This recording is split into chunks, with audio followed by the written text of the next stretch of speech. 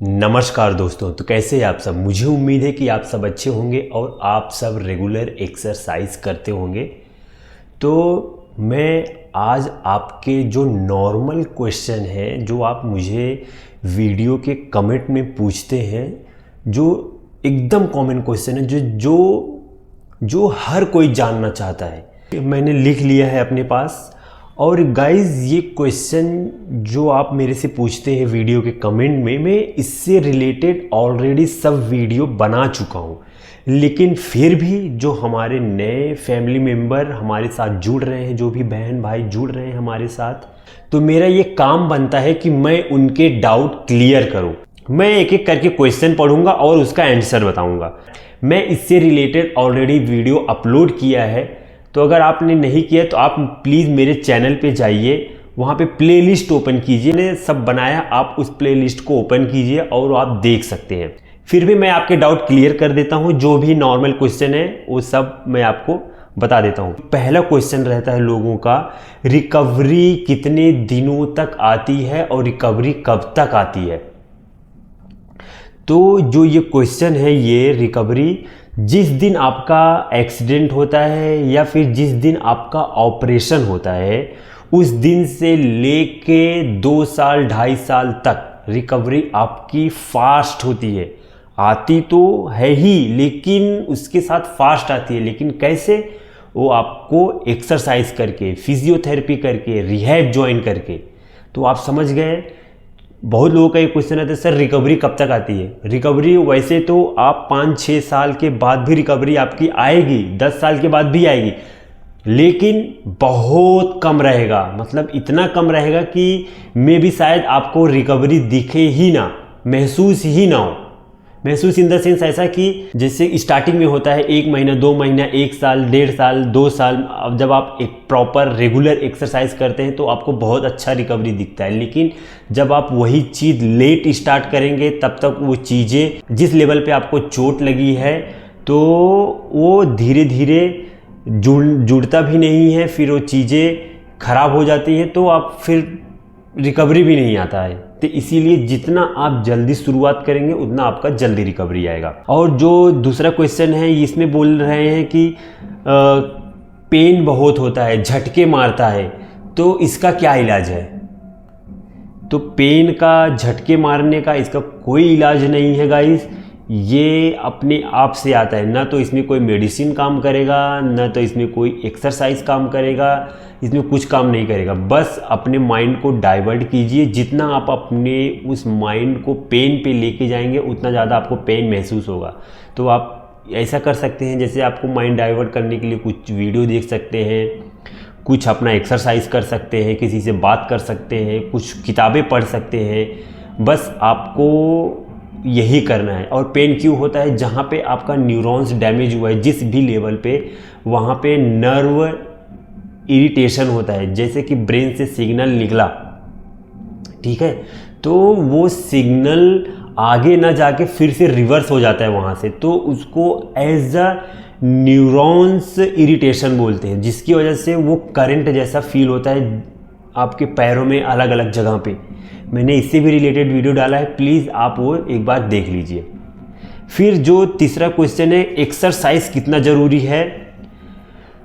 बहुत लोग मुझे बोलते हैं, सर एक्सरसाइज ज़रूरी है क्या, इसका कोई अल्टरनेट उपाय नहीं है। इसका कोई अल्टरनेट उपाय नहीं है। एक्सरसाइज के अलावा इस पूरे ब्रह्मांड में, इस पूरे यूनिवर्स में कोई भी आपको ठीक नहीं कर पाएगा एक्सरसाइज के अलावा, चाहे वो कितना भी बेहतर डॉक्टर क्यों ना हो। तो आपको एक्सरसाइज करना ही करना पड़ेगा, 100% करना पड़ेगा। फिर जो चौथा क्वेश्चन है, लोगों ने पूछा, सर मोटर न्यूरॉन क्या होता है और सेंसरी न्यूरॉन क्या होता है। बहुत लोग मेरे को पूछते हैं, अगर आपको सेंसेशन 0 है तो आप कैसे चल लेते हैं।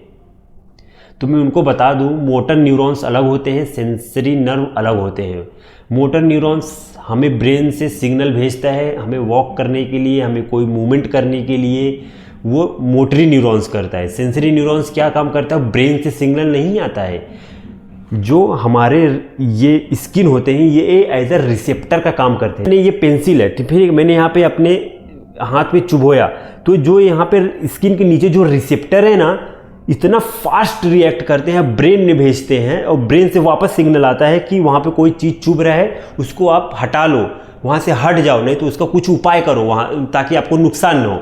तो ये चीज़ें सेंसरी नर्व काम करती हैं। जैसे आपको चोट लगना, आपको ठंडा गर्म महसूस होना, आपको लैट्रिन बाथरूम पता करना, आप मतलब कई सारी चीज़ें को, जैसे कोई आपको जानवर काट रहा है, मार रहा है, पीट रहा है, गिर गए, आपको ठीक हो रहा है, तो वो सब चीज़ें न्यूरॉन्स जो होती है, सेंसरी न्यूरॉन्स, वो सब काम करती हैं।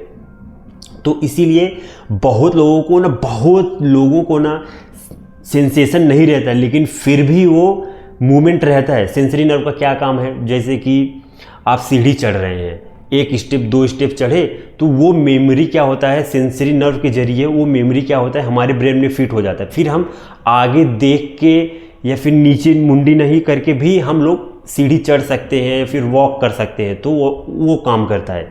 तो आप समझ गए, मोटरी नर्व अलग है। मेरे हाथ, जैसे मेरे ब्रेन से सिग्नल आया हाथ को हिलाना है, तो ये मोटरी नर्व करवा रहा है, ये ब्रेन से सिग्नल आ रहा है।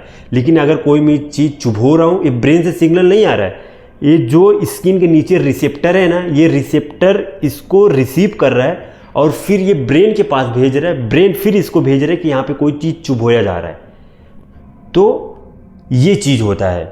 तो अगर आपको सेंसेशन नहीं है तो फिर भी आप वॉक, मूवमेंट, वो सब कुछ कर लेंगे, लेकिन आप उतने अच्छे तरीके से नहीं कर पाएंगे। जैसे मैं आंख बंद कर लिया हूँ, पैर फोल्ड कर रहा हूँ, पैर घुमा रहा हूँ, पैर किस दिशा में घुमा रहा हूँ, पैर किस दिशा में मैं फोल्ड कर रहा हूँ, उंगलियाँ मेरी हिल रही हैं कि नहीं हिल रही हैं। मोटरी नर्व तो हिला रहा है, लेकिन आपको महसूस नहीं हो रहा है कितना पेन हो रहा है, कितने टाइट नेट से आपने अपनी फिंगर को बंद किया है, कितने मतलब प्रेशर लगा रहे हैं, वो सब चीज़ें आपको महसूस नहीं होंगी। तो इसीलिए सेंसरी नर्व बहुत ज़्यादा इम्पॉर्टेंट होता है, बहुत ही ज़्यादा। मतलब बॉडी आपका ना इतना जटिल है, इतना ज़्यादा जटिल है कि पूरे इस ब्रह्मांड में अगर कोई भी चीज़ कॉम्प्लेक्स चीज़ है तो वो है ह्यूमन बॉडी। ह्यूमन बॉडी बहुत ही ज़्यादा कॉम्प्लेक्स है, मतलब हर each and everything is perfect, मतलब परफेक्ट से भी परफेक्ट है। जब भी हमारे शरीर में कोई भी चीज़ की कमी हो जाती है ना, तो हमें इफेक्ट बहुत बड़ा डालती है। इसीलिए सेंसेशन भी जरूरी है, मोटरी नर्व भी जरूरी है। फिर अगला क्वेश्चन है, आपका लेवल क्या है? वो है L1 L2 फ्रैक्चर, जहाँ पे मेरे बोन टूटे हैं, जहाँ पे मेरा स्पाइनल कॉर्ड कट हुआ है, तो मेरा लेवल है L1 L2। फिर नेक्स्ट क्वेश्चन है, स्टेम सेल करवाया है क्या? हाँ, मैंने स्टेम सेल करवाया है। और पूछ रहे हैं कि उसका कॉस्ट क्या आया था, तो तकरीबन 2 लाख के आसपास मुझे लगा था। तो अभी रिसेंट में कितना रहेगा वो मुझे नहीं पता, तकरीबन 3 लाख के ऊपर ही रहेगा। ठीक है। फिर नेक्स्ट क्वेश्चन है, दर्द क्यों होता है? अभी तो मैंने बताया आपको दर्द क्यों होता है, झटके क्यों मारते हैं, तो वो नर्व इरिटेशन की वजह से होता है। आपकी सर्जरी हुई है क्या? अगर हुई है तो कितने स्क्रू रॉड लगे हैं? मैंने इसके ऊपर भी वीडियो बनाया है। यस, मेरी सर्जरी हुई है। एक्सीडेंट के 3 दिन के बाद मेरा ऑपरेशन हुआ था। L1 L2 मेरा फ्रैक्चर हुआ था, उसमें 4 स्क्रू रॉड लगे हैं मेरे। ठीक है। फिर नेक्स्ट क्वेश्चन है, मैं अपना बॉवल ब्लैडर कैसे मैनेज करता हूँ जब भी मैं ट्रैवल करता हूँ? जब भी आप कहीं पे जाते हैं, जिम करते हैं, तो कैसे मैनेज करते हैं? ये बहुत सही क्वेश्चन है, बहुत सही क्वेश्चन मुझे लगा, मैं भी बताना चाहता था। अब हालांकि मैंने इससे पहले एक वीडियो अपलोड किया है, आप वो देख सकते हैं। मैं भी शायद उसमें एक क्वेश्चन छूट गया था ये, लेकिन मैं भी आपको बता देता हूँ। जब भी आप कहीं पे जाते हैं तो आप अपना बॉवल ब्लैडर कैसे मैनेज करते हैं? देखो, जैसे अगर मैं घर पे हूँ, घर के आसपास हूँ तो फिर ठीक है, लेकिन कहीं जैसे मैं दूर जा रहा हूँ, जैसे मैं ट्रिप पे जा रहा हूँ या कहीं घूमने जा रहा हूँ, तो मैं क्या काम करता हूँ, मैं अपना जो खाना है और जो पानी है एकदम कट कर देता हूँ। जैसे कि अगर मुझे 2 रोटी की भूख है तो मैं वहाँ पे 1 या 1.5 ही रोटी खाता हूँ। पानी 1 गिलास का अगर मुझे प्यास है तो मैं आधे गिलास से भी कम पानी पीता हूँ, ताकि ब्लैडर जो है वो लेट भरे। जितना लेट भरेगा उतना मुझे टाइम मिल जाएगा घूमने के लिए, और फिर मैं कहीं पे अगर मुझे बाथरूम मिल गया तो मैं कर लूँ। तो मैं ऐसे मैनेज करता हूँ। जब मैं ट्रैक पे जाता हूँ तो मैं एक दिन पहले ही खाना एकदम कम कर देता हूँ। पूरे दिन में अगर मुझे जैसे 5 रोटी 6 रोटी की भूख है तो मैं 2 ही रोटी खाता हूँ। अगर मुझे 3-4 लीटर पानी का प्यास है तो मैं उसको 1.5 लीटर 2 लीटर पे ही ख़त्म कर देता हूँ। तो अगले दिन जाने से पहले मैं अपना बॉवल ब्लैडर एकदम खाली करके जाता हूँ, और फिर जब रास्ते में मुझे कहीं प्यास भी लगती है तो मैं एकदम सिप सिप करके पानी पीता हूँ, मतलब गड़गड़ गड़गड़ कर, और इसे पूरा पेट भरने के लिए नहीं पीता हूँ, ताकि जो मुझे प्यास लग रही है वो सिर्फ गला गीला हो जाए, बस इतना ही पानी पीता हूँ।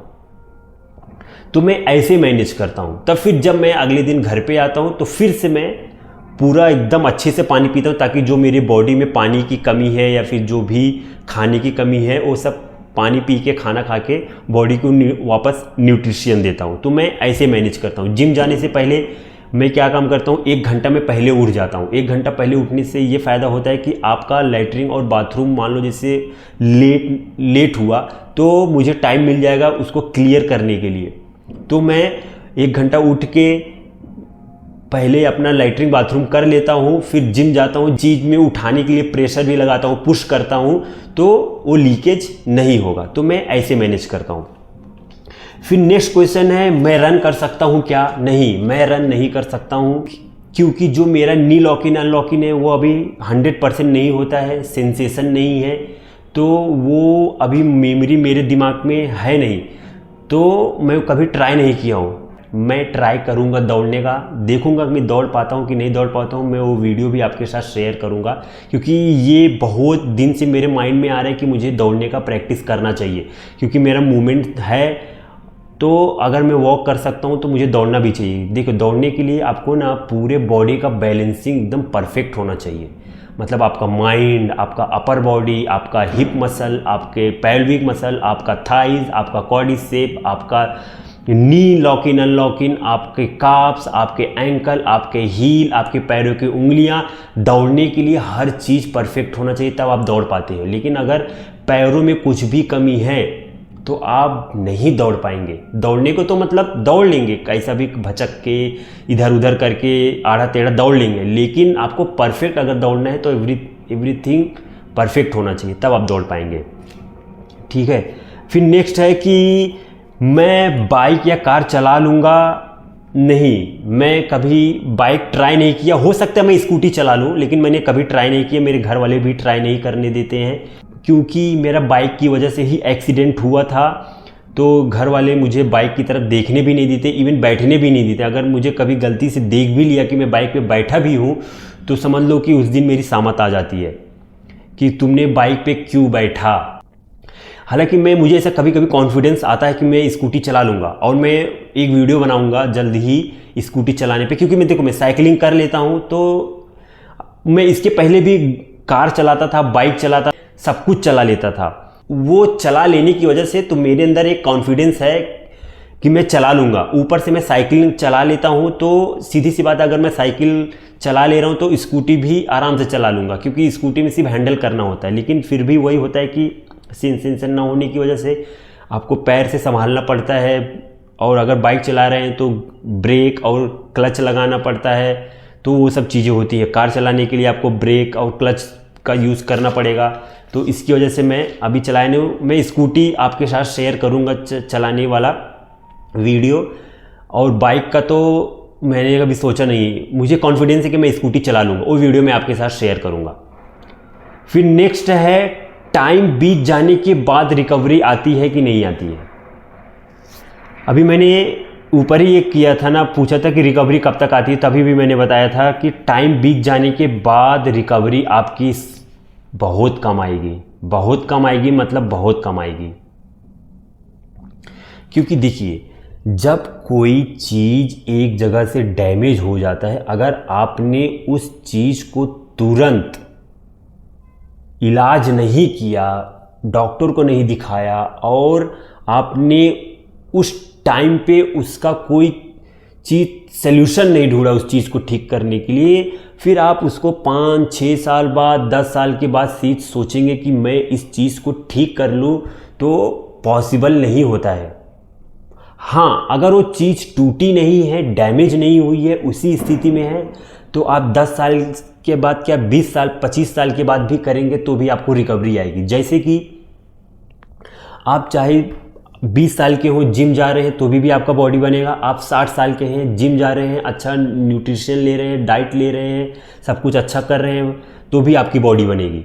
लेकिन अगर कोई चीज़ डैमेज हो चुकी है, जैसे पेड़ का टहनी है, अगर टूट गया है, अगर हम उसको सपोर्ट दें तो फिर से वो पेड़ से जुड़ के फिर से वो ग्रो करने लगता है। लेकिन अगर वही 1 हफ्ते 2 हफ्ते के बाद करें तो हम कितना भी उसको सपोर्ट दे दें, कितना भी उसको न्यूट्रिशन पानी दे दें, वो फिर से जुड़ने वाला नहीं है, फिर वो सूख के नीचे ही गिरना उसका नियति रहता है।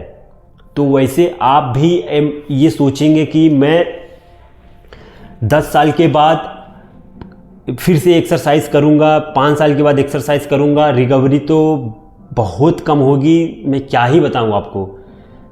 तो अगर आपको ठीक होना है तो आपको प्रॉपर एक्सरसाइज करना होगा। और एक्सरसाइज के अलावा और भी चीज़ें मैटर करती है। मैंने अपनी पिछली वीडियो में बताया है कि क्या क्या चीज़ें मैटर करती हैं। आपका सोच, आपका खाना, आपका एक्सरसाइज, आपके आसपास के लोग, आपका will power, her cheese matter करता है। तब जाके आप उस चीज़ से बाहर निकल के आते हैं। और जीवन में कोई भी चीज़ बड़ा करने के लिए ना 3-4 चीज़ें बहुत ज़्यादा मैटर करती हैं। आपका विल पावर, आपका डिसिप्लिन, आपका रेगुलरिटी, आपका गोल, आपके आसपास के लोग, आप किसके साथ उठते बैठते हैं, आप क्या सोचते हैं, वो हर चीज़ मैटर करता है। चाहे आप जिम जा रहे हैं, अगर आपकी अच्छी बॉडी बनानी है तो भी आपको डिसिप्लिन की ज़रूरत होती है, रेगुलरिटी की ज़रूरत होती है, माइंडसेट की ज़रूरत होती है, गोल की ज़रूरत होती है। आप ISPCS का एग्ज़ाम दे रहे हैं, आप एथलीट हैं, तो वो सब चीज़ें हर क्षेत्र में अगर आप कुछ बड़ा करना चाहते हैं तो ये सब चीज़ें मैटर करती हैं आपको। जो जैसे मैंने बताया, regularity, discipline, time, goal, will power, आपके आसपास के लोग, आप क्या सोचते हैं, आप क्या खाते पीते हैं, वो सब चीज़ें मैटर करता है। तो प्लीज़ आपसे जितना से ज़्यादा हो सके उतना आप एक्सरसाइज कीजिए और इन बातों पे ध्यान दीजिए। फिर लास्ट क्वेश्चन है कि फिजियोथेरेपी और रिहैब कितना ज़रूरी है। ये समझ लीजिए कि एक SCI पेशेंट के लिए, एक नॉर्मल, ऐसा समझ लीजिए आप, हमें जैसे सांस की ज़रूरत पड़ती है जीने के लिए, पानी की ज़रूरत पड़ती है, खाना की ज़रूरत पड़ती है, वैसे एक SCI पेशेंट के लिए एक्सरसाइज की ज़रूरत पड़ती है, रिहैब की ज़रूरत पड़ती है, फिजियोथेरेपी की ज़रूरत पड़ती है।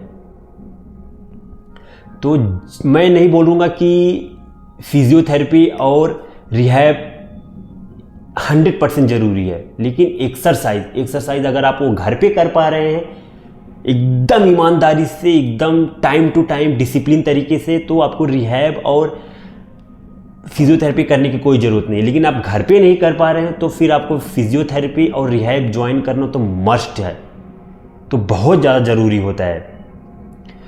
तो अगर कोई क्वेश्चन छूट गया है तो आप मुझे कमेंट में पूछ सकते हैं, मैं उसको नेक्स्ट वीडियो में ज़रूर कवर करूँगा।